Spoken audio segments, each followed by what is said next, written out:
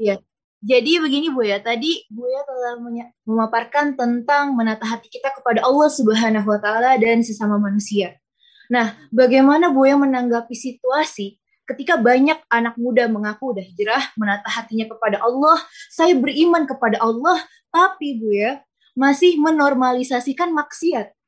Contoh, misalnya kita mau masuk Ramadan, misal ada yang pacaran tiba-tiba bilang, kita putus dulu ya nanti balikannya gini-gini. Nah, itu bagaimana Bu ya menanggapi hal seperti ini dan hal ini sangat dinormalisasikan di zaman sekarang. Terima kasih.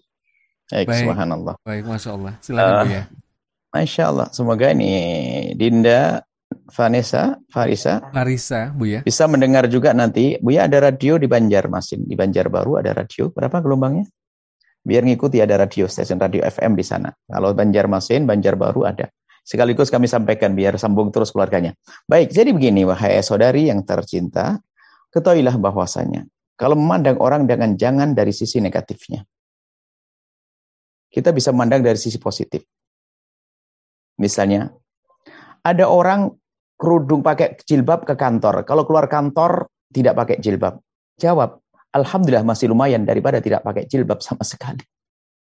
Ada orang pakai kerudung, pakai jilbab, pakai baju islami waktu Ramadan saja. Tapi kalau luar Ramadan bubar. Alhamdulillah, di Ramadan masih pakai karena dia berarti menghormati Ramadan. Kita jangan biasa memandang orang dari segi negatif.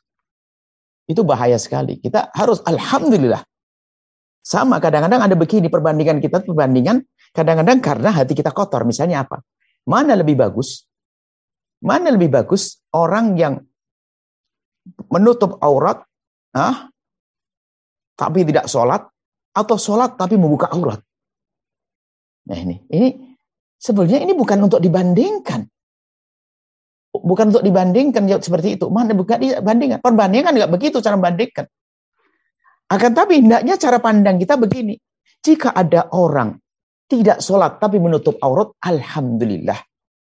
Biarpun dia tidak sholat tapi masih menutup aurat. Lalu kita doakan, semoga dengan menutup auratnya, dia dijadikan oleh Allah ahli sholat. Begitu. Atau sebaliknya, dia sholat tapi nggak menutup aurat. Jangan langsung. Jangan katakan, sholat apaan? Biarpun sholat tapi muka aurat. Ya, ini kan sombong banget kita ngelihat orang. Akan tapi kita katakan, subhanallah. Memang dia tidak menutup aurat, tapi alhamdulillah masih sholat. Semoga berkat sholatnya ini, dia menjadi baik. Mari kita husnudzon kepada orang. Ada orang hijrah, alhamdulillah. Masya Allah. Ternyata boleh. Ada melenceng lagi. Pertanyaannya, siapa sih yang sempurna dalam beragama? Siapa yang sempurna dalam beragama? Apakah saya bebas dari dosa? Saya jadi nabi? Tidak. Anda semua tidak. Maka hendaknya memandang orang dengan sisi positifnya, lalu memohon kepada Allah, semoga dengan positifnya ini, negatifnya jadi hilang. Biasakan semacam itu. Karena apa? Kita tuh sering mandang orang dengan kesombongan. Dengan, aku sudah tidak begitu, berarti aku lebih bagus dari dia. Itu adalah cara pandang iblis, ana khairum minhu. Ini pertanyaan bagus sekali yang ditanya oleh Farisa. Banyak orang seperti itu. Ini mengingatkan yang lainnya. Jika ada misalnya, Ramadan, ada orang televisi begini-begini, alhamdulillah. Berarti televisinya masih menghormati syariat dong, menghormati Ramadan dong.